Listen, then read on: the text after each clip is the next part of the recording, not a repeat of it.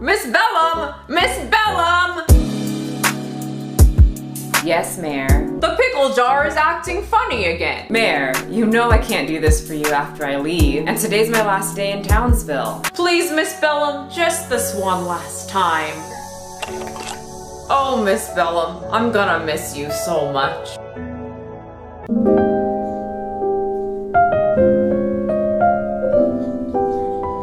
Oh, we're starting? How's the lighting, you guys? Okay. Oh yeah, I haven't been to this town in so long, ever since the government gave me that mandatory vacation, when in reality it was just them firing me.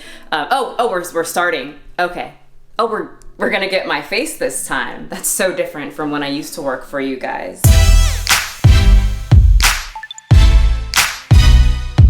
Hello, Townsville. My name is Miss Bellum. I used to work for the government here in Townsville until my character got discontinued. I like to say fired for being too curvy. Something you people did not pay attention to when I worked here was the fact that I was the one that held this town together while the mayor cried about pickles. Well, the city of Townsville and the government felt that my body was too sexual for TV. And so with the amount of vacation days that I racked up working for the mayor, can you believe that I worked every single day, no days off, for my beloved mayor? Someone has stolen my clothes. I have to say, I loved my job in helping that man and this town. How is he, might I ask?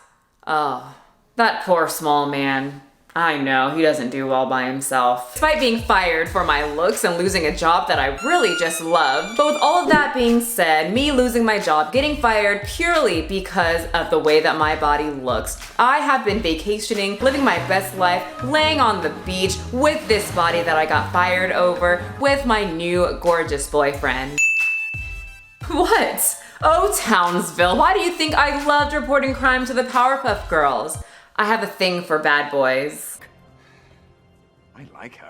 Well, Townsville, the reason that I have been asked to be on this channel is because of the very thing that got me fired, my curvy body. And so I'm here to talk about recent events in the body positive community. Michelle thought I would be perfect to talk about Curvycon. Hello YouTube, welcome to my channel and the 4th episode of Powerpuff Girl themed videos on this channel. My thoughts will probably offend you. My name is Michelle McDaniel. I am a personal trainer, a proud pug mommy, and a cosplayer. We were first Blossom, and then we were Princess, and then we were the mayor, and now we are the woman that held the mayor together and Townsville, Miss Bellum. I absolutely hated that they discontinued Miss Bellum. I loved her. I loved her big hair. I loved her dress. I loved her sexy voice, and she was still very smart and just strong. Did you see the way she fought Sedusa?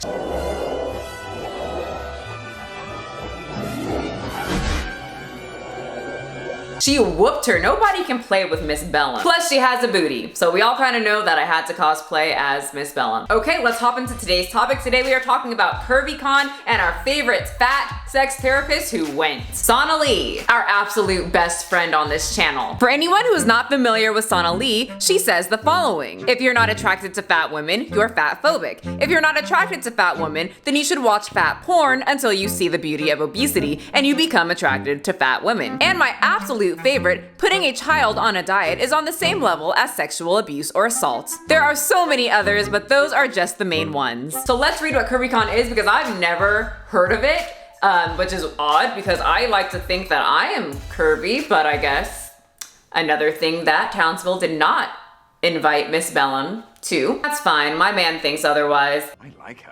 But let's read what Curvycon is because I'm not sure what it is. The Curvycon is a 3-day event that brings plus-size brands, fashionistas, shopaholics, bloggers, and YouTubers into one space to chat curvy, shop curvy, and embrace curvy. Come join us as we embrace our curves, do a little shopping, and tackle topics like confidence, fashion and style, health, fitness, dating, body positivity, and everything in between. Now that all sounds fine and dandy and just very amazing and probably very fun if we're gonna be completely honest. But if you're not new to this channel, then you know my opinion when it comes to obese women calling themselves curvy. Many obese and morbidly obese women hijack that word and use it for themselves to make them feel better about their body shape. Some people are straight up and down, or you know how you fat acceptance people say straight size. Some people have the Coke bottle thing going on. Some people are super tiny up top and like just huge down at the bottom. Some people are super big up top and then really, really tiny at the bottom. There's so many different body types, but the moment you say someone who's obese is not curvy, then all hell breaks loose. Let's start a riot.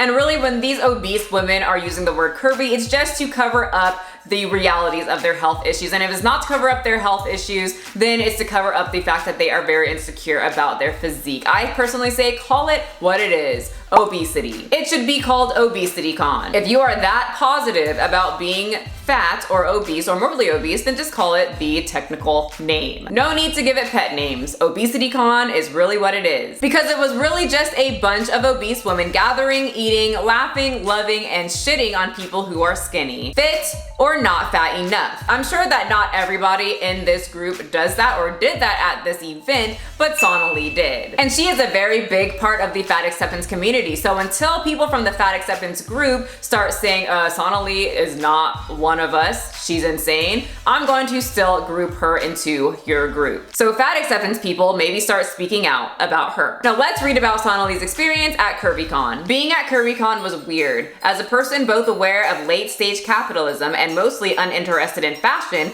but my bestie described it as a dreamy place where we go to imagine what it would look like if fat femmes ruled the world and wasn't overrun by small white fats. Oh, okay, let me just write down some of these terms that she's making up so we can save it for later for after we read this whole novel. So small white fats, because okay. There were so many fat designers and freelancers of color, and I'd be lying to you if I said it didn't excite me to be able to shop for fashionable clothes in my super size in real life with sweet and supportive fat salespeople who fluffed my confidence and handed me bigger sizes without shame while I was in the dressing room sweating and taking selfies. Okay, wait, it's very long, so let's just take a break here and talk about this section really quick. So the whole fluffing her confidence and then handing her bigger sizes without feeling shame because she's getting a bigger size. Does that mean that when Miss Confident Sonalee goes to a store and she has to get a bigger size, she feels a certain type of way? Does she feel bad about herself? As she should, because she is at a very unhealthy weight. She knows she's getting bigger. She knows she's unhealthy, so that's why when Sonalee goes to a shop that has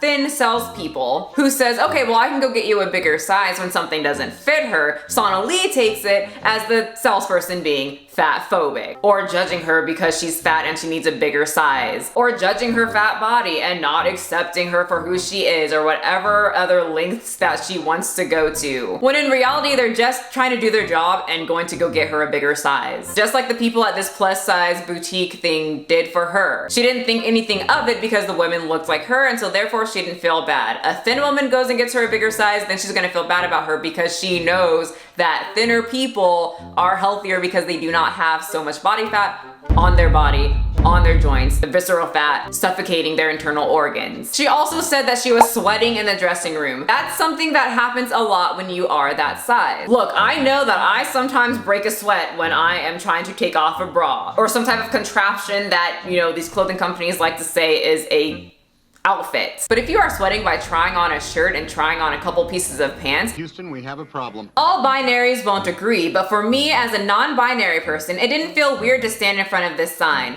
While I don't like others to assume I'm a woman, I still like to be gendered in ways that feel playful and non-judgmental. Like I love to call myself the best man for the job and still have friends call me their girl or bitch. I feel like others assume my gender because I enjoy wearing dresses. It's an easy one-piece outfit to be honest, and occasionally wear high femme makeup featuring prominent flirtatious dramatic false eyelashes. But why does masculine androgyny get to be the sole representation of gender neutral expression? This is what my gender neutrality looks like. I personally don't talk a lot about the whole gender thing. I kind of leave that to people who like live it. For example, Blair White, the trans YouTuber. I think she's just someone that's perfect for talking about those topics. Can I just say I mentioned Blair White before and someone commented saying, you follow Blair White? She's so transphobic and she hates gay people and this. I'm unfollowing you, Michelle. And I'm just like, first of all, what? She is a trans woman. Second, if you don't like Blair, I'm not too sure why you're following me because I am very similar when it comes to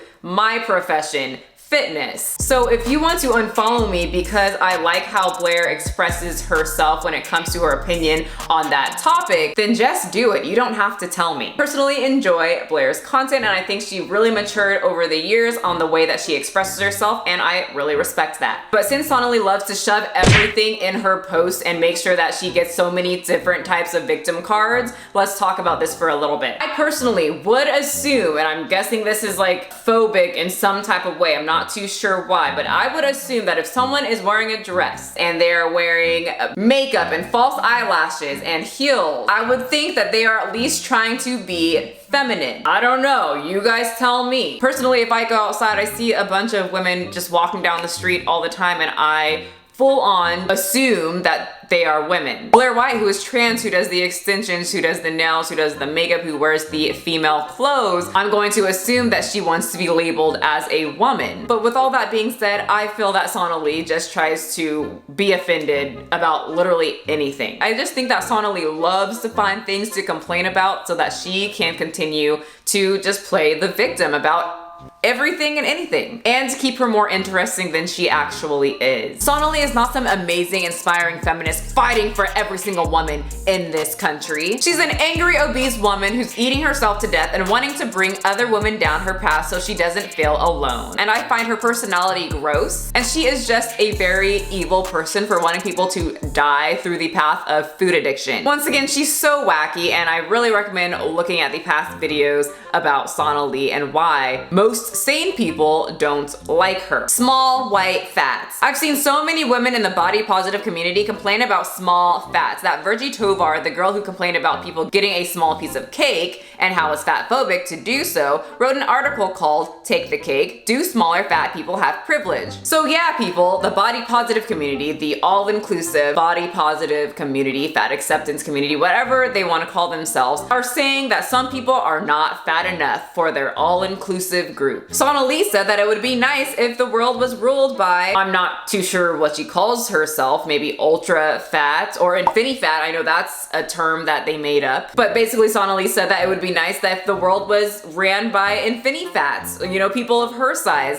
and were feminists like her. People that are like Sonalee running the world. So you small fats out there, you are out of the body positive community, especially if you're white. Can't have that. Can't have small white fats, for sure. I can't be in there, the whole muscle thing. That can't happen. And thin women, you know your ass is out of there. So basically, morbidly obese people. So that sounds very inclusive. Fat feminists ruling the world. So the only thing that I really have to say about that is, what type of horrid universe would we live in that Sonalee and her weird minions ruled the world? Oh my god, you guys, we could write a freaking anime on this, you guys. It would be freaky. Anyway, Townsville, it was great to meet up with you guys again, but Miss Bellum has a man now, and I like to go enjoy him and my life. I mean, I guess since I'm here for old time's sake, right? Hello? Hello, Miss Bellum! I see you're back in Townsville. Perfect timing, because I plan to make an appearance myself. Like you, I am very irritated with Townsville and a woman who's living there named Sonalee, among a few others that I plan to visit. Oh, Miss Bellum, I can't wait to see you, the mayor, the girls, but please tell Sonalee I'm coming for her.